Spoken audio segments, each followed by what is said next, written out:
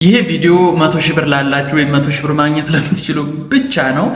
እንደዛ ማትፈልጉ ከሆነ ቪዲዮን ማሳለፍ ትችላላችሁ። አንድ ሰው 100 ሺህ ብር ኖሮት ምን ልስራ ካለ አንድ የኢንቨስትመንት አማራጭ ነው ብዬ ስላሰብኩ ነው።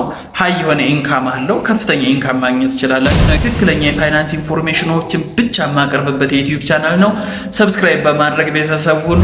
ይሄ ቪዲዮ 100 ሺህ ብር ላላችሁ ወይ 100 ሺህ ብር ማግኘት ለምትችሉ ብቻ ነው። እንግዲህ ሪስክ አፒታይቱ ሀይ ከሆነና ሪስክ መውሰድ የሚችል ከሆነ አንድ አዲስ አበባ ውስጥ ያሉ ሶስት ተቋማቶች አሉ። አንዱ ረቂቅ ፒኤልሲ ይባላል። ጀሞ አካባቢ ነው ያለው። 100 ሺህ ብር ታስገቡና በየወሩ 10 ሺህ ብር መውሰድ ትችላላችሁ። ቼክ ይጻፍላችኋል። 100 ሺህ ብሩን ልክ እንዳስገባችሁ እነሱ ምን ያደርጋሉ? ወይም 7 ቼክ ነው የሚሰጧችሁ። የመጀመሪያው 6ቱ ቼኮች 10 ሺህ ብር በየወሩ የምትመነዝሩበት ነው። የመጨረሻው አንዱ ቼክ ደግሞ 100 ሺህ ብራችሁን የሚሰጡት ነው። ስለዚህ 7 ቼክ ትቀበላላችሁ። 6ቱ 10 ሺህ የተጻፈበት እንዲሁም መጨረሻ ላይ ከ6 ወር በኋላ 100 ሺህ ብራችሁን የምትቀበሉበት።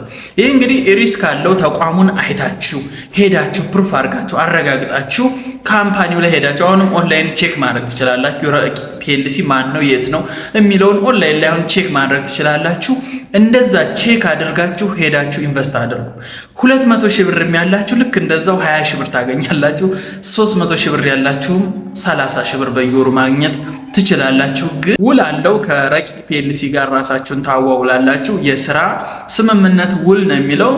ትርፍ ትጋራላችሁ የሚል ውል ነው የሚያዋውላችሁ። እንግዲህ ስለ ሪስኩ ኦር ደግሞ እወስናለሁ አልወስነው የሚለውን ካምፓኒው ላይ ሄዳችሁ ፕሩፍ አድርጋችሁ ሰዎችም ጠይቃችሁ ኢንቨስት ማድረግ ትችላላችሁ። ግን አንድ የቢዝነስ እንዲሁም የፋይናንስ ኢንፎርሜሽን ይሆናችኋል ብዬ ስላሰብኩ ነው። እንዲሁም አንድ የኢንቨስትመንት አማራጭ ነው ብዬ ስላሰብኩ ነው።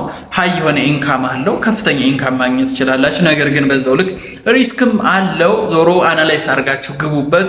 ትክክለኛ የፋይናንስ ኢንፎርሜሽኖችን ብቻ የማቀርብበት የዩቲዩብ ቻናል ነው። ሰብስክራይብ በማድረግ ቤተሰብ ሁኑ። በቀጣይ በአዲስ የፋይናንስ ኢንፎርሜሽን እመለሳለሁ። ቴንክ